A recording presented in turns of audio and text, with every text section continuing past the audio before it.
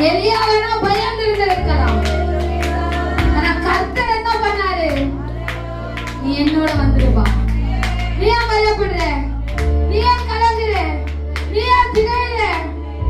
என்னிடத்துல வந்துரு. இடமா ஆதியாகமத்தில் பேசப்படுகிறது. ஆபிரகாமுக்கு 85 வயசுல வாக்குத்தத்தம் பண்றாரு. நம்பிக்கைன்றது இருந்திருக்கலாம், விசுவாசமா இருந்திருக்கலாம். ஆனா அந்த போராட்டம் எப்படியா இருந்திருக்கும்? எல்லார் மத்தியிலும் நீ உயர்த்தப்படுவேன்னு சொல்றாரு. பலியெல்லாம் ஒரு ஆயத்தம் பண்ணி பட்டுச்சு. எல்லாம் 2 துண்டாக்கி அழகா வச்சுட்டாரு. இன்னைக்கு காத்திருக்கிறாரு.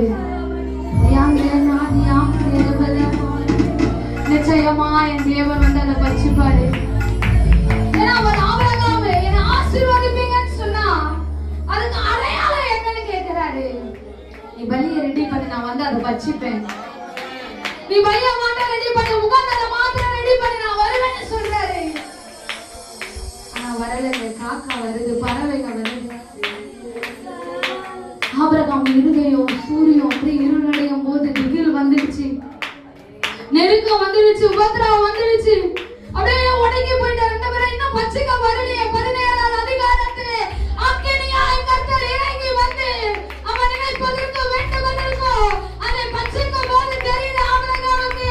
சொன்னவர் வாக்கு மாத்திக்கலே, சொன்ன வாக்கு தகுந்த அவர் மறைந்து போல இன்று நேற்றும் என்றும் சொன்ன ஒரு நல் வார்த்தையை மோசேவிடத்திலே பேசப்பட்டு எந்த வார்த்தையை கர்த்தர் எனக்காக மாத்தலையா? பிரபலங்கள் இளைப்பெயர்ந்தாலும் ஓ என் தேவன் ஒரு நாள் ஒருபோதும் என்னை விட்டு விலகவே இல்லை. உடனே நம்பிட்டாங்க. ஈசாக்கே போறாங்க. ஆனா வாக்குத்தத்தம் மட்டும் வந்துருச்சு, பெரிய ஜாதியாக்குவேன்.